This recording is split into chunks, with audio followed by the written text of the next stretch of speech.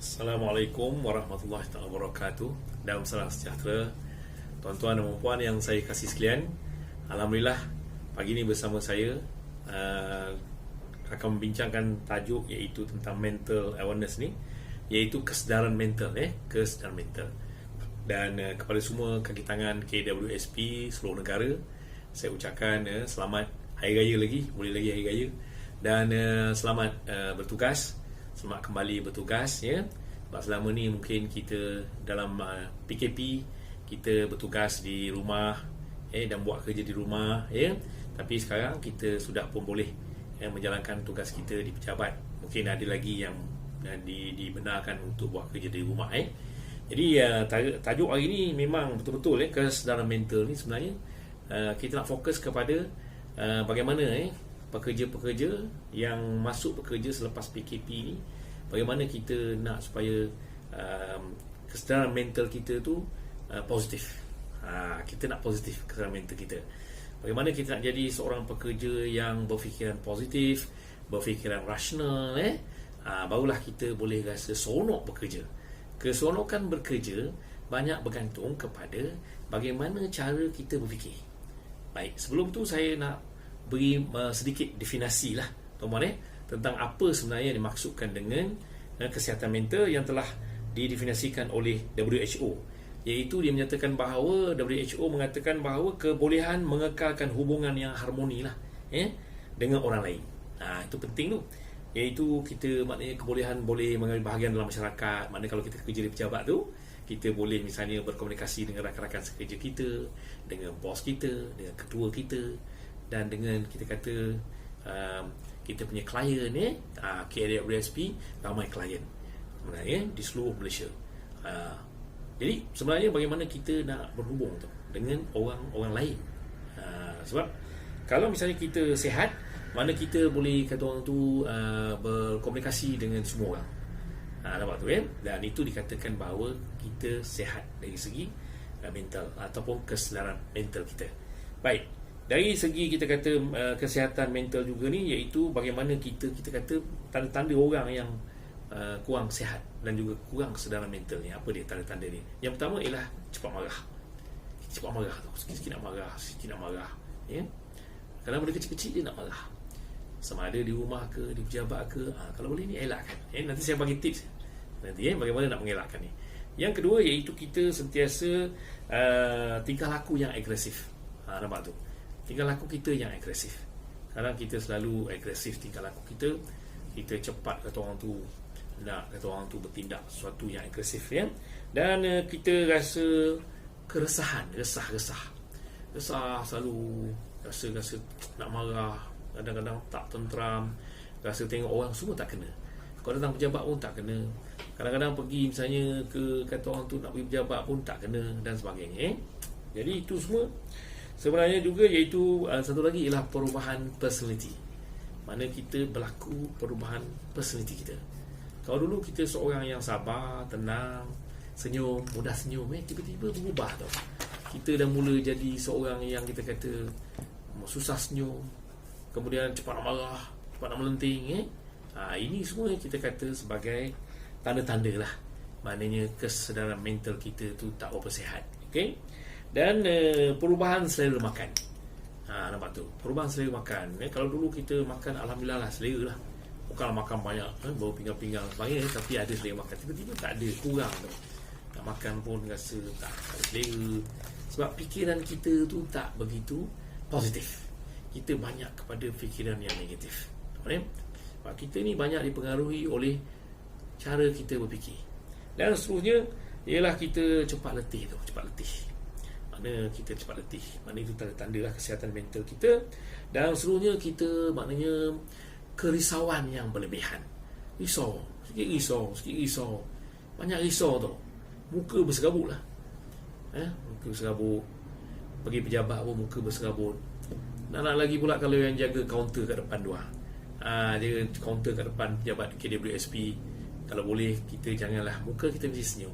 Tengok customer, klien-klien kita datang. Nak sekarang ni zaman kita kata COVID-19 berbagai-bagai ada yang buat tuntutan dalam keadaan ramai yang kita kata kedah kena buang kerja, hilang kerja dan sebagainya ini, maka ramai akan datang ke pejabat KWSP. Jadi itu antara kita kata tanda-tanda kesihatan mental tadi.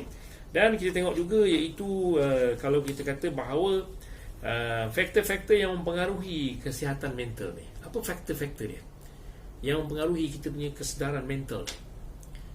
Ada orang kata dia bukan gila sebenarnya.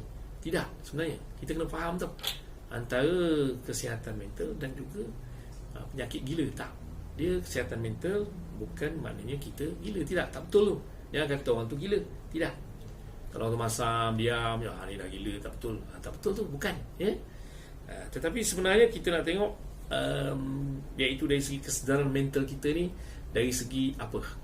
Contoh misalnya kita boleh tengok iaitu bagaimana seseorang tu dia bertindak.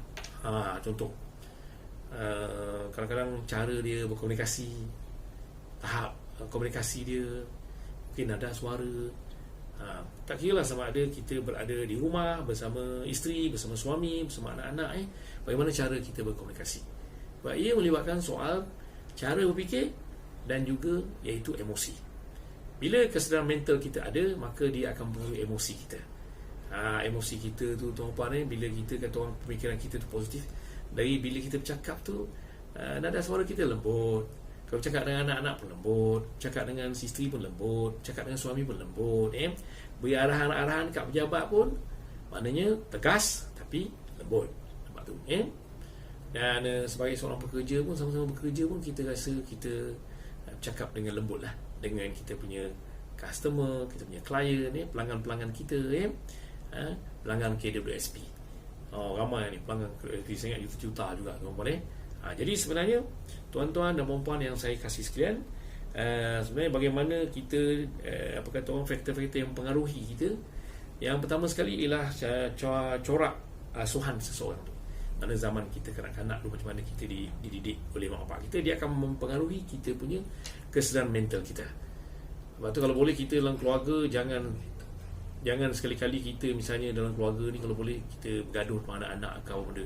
Sebab ini juga akan menyebabkan anak-anak kita akan melihat satu contoh yang tidak sihat lah, tuan-tuan. Jadi kalau boleh kita kawal kemarahan kita depan anak-anak. Jangan marah dan sebagainya. Sebab apa? Anak-anak akan terpengaruh dan dia akan, di sinilah akan berlakunya kesedaran mental tadi. Yang kedua tuan-tuan ialah dari segi pengaruh iaitu pendidikan. Jadi kalau pendidikan kita, misalnya bagaimana tahap pendidikan kita dan sebagainya, itu akan mempengaruhi iaitu cara kita berfikir untuk kesedaran mental kita. Jadi sebab tu kadang-kadang kita lihat ada orang kadang-kadang dia mungkin dah dekat pejabat misalnya cepat marah, cepat melenting, ataupun buat kerja misalnya seorang yang kita kata kadang-kadang dia rasa macam tertekan, stres dan sebagainya. Kadang-kadang itu juga tengok kepada cara gaya dia berfikir dan corak pendidikan dia. Sebab tu corak pendidikan tu penting juga tuan-tuan. Corak pendidikan bukan saja kita belajar di sekolah, tetapi juga corak pendidikan berlaku di rumah juga. Dan corak pendidikan kita di universiti ataupun kita di luar. Kadang-kadang selepas daripada universiti, bila kita kerja, kita banyak belajar dengan kawan-kawan kita dekat pejabat. Macam kat KWSP, kita banyak belajar dengan kawan-kawan kita. Sebab tu saudara-saudari yang berada di pejabat, kalau yang junior-junior, belajar dengan yang senior-senior. Jangan malu, jangan segan belajar daripada kawan-kawan kita tu. Dan kita tengok tahap kesabaran mereka dari segi kesedaran mental tu sendiri. Okay? Dan yang ketiga, sebenarnya kita pergi kepada iaitu pengaruh persekitaran kita. Bagaimana kita, siapa kawan kita. Macam sekarang ni kalau dekat pejabat, kalau boleh kita pilih kawan-kawan yang bermotivasi, yang berfikiran positif, yang berfikiran rasional, untuk kita kata orang tu bekerja dalam keadaan kesedaran mental yang bagus. Kita nak supaya kita boleh kata orang tu bekerja dalam walaupun 8 jam ke, tapi kita dalam keadaan kita kata seronok bekerja. Bila kita seronok bekerja, maka kita akan menjadikan pekerjaan tu sebagai sesuatu kata orang tu yang mengembirakan kita, mengembirakan pemikiran kita. Dan di sini sebenarnya kesedaran mental kita akan jadi lebih kata orang tu positif. Itu penting tuan-tuan. Dan yang keempat iaitu bagaimana dipengaruhi oleh agama dan juga budaya kita. Macam kita kata kita agama Islam, orang Islam disuruh bekerja sebagai ibadah sebenarnya. Dalam mindset kita, pemikiran kita telah diberitahu bahawa kerja sebagai ibadah. Jadi kalau kita kerja, iaitu dari segi ketepatan masa, dari segi kita bekerja dan sebagainya, itu semua kita dapat rezeki yang halal. Jadi sebab tu kesedaran mental kita akan dah cakap awal-awal lagi bahawa kita hendak bekerja untuk mendapat pahala yang banyak, yang halal, dan juga kita nak supaya pekerjaan kita itu memberi kesan yang baik kepada masyarakat. Kalau dalam KWSP ni kita nak beri kesan kepada customer-customer kita yang datang ke pejabat, ya. Jadi sebenarnya agama dan kata orang tu budaya mengajar sesuatu dan melihat kepada bagaimana pembentukan akhlak, pembentukan kita kata sikap kita juga dipengaruhi oleh agama. Dan yang kelima ialah kesihatan fizikal. Sebab tu tuan-tuan, bila kita nak bekerja ni tuan-tuan, kita dipengaruhi juga iaitu tentang kesihatan fizikal. Kalau kesihatan fizikal kita okey, kita datang kerja pun maknanya kita dalam kesedaran mental yang baik lah. Kalau tak sihat, sakit, sebab tu di tempat kerja ada MC, ada EL, tapi jangan ponting, jangan hilang. Sebab apa? Itu semua menggambarkan bahawa kita sebenarnya kesedaran mental kita berada di tahap yang sangat rendah. Sebab itu tuan-tuan, kita kesedaran mental kita, bila fizikal kita okey, maka kita akan jadi seorang pekerja yang cemerlang, yang ada fokus, ya. Dan kita datang kerja pun dalam keadaan seronok, dan kita bekerja sebenarnya dalam keadaan yang begitu kata orang tu mengembirakan diri kita dan juga mengembirakan organisasi kita dan juga rakan-rakan kita di pejabat.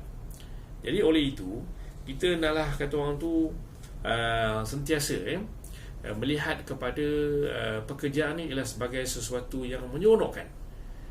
Untuk bagi kesedaran mental kita ni sihat, kita hendaklah kata orang tu tengok kerja tu yang seronok, bukan kerja tu beban.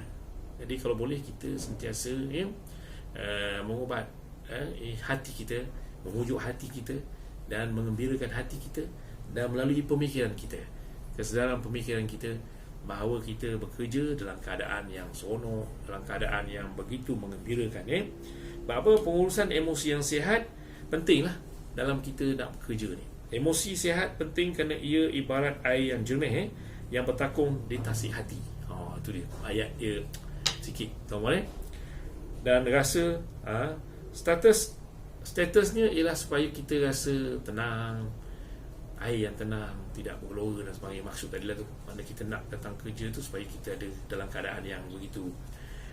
Bila mental kita dalam keadaan tenang, dalam keadaan kita fokus, dalam keadaan kita kata ada target, kita bekerja. Lepas tu di pejabat kita ada SOP kita buat kerja tu.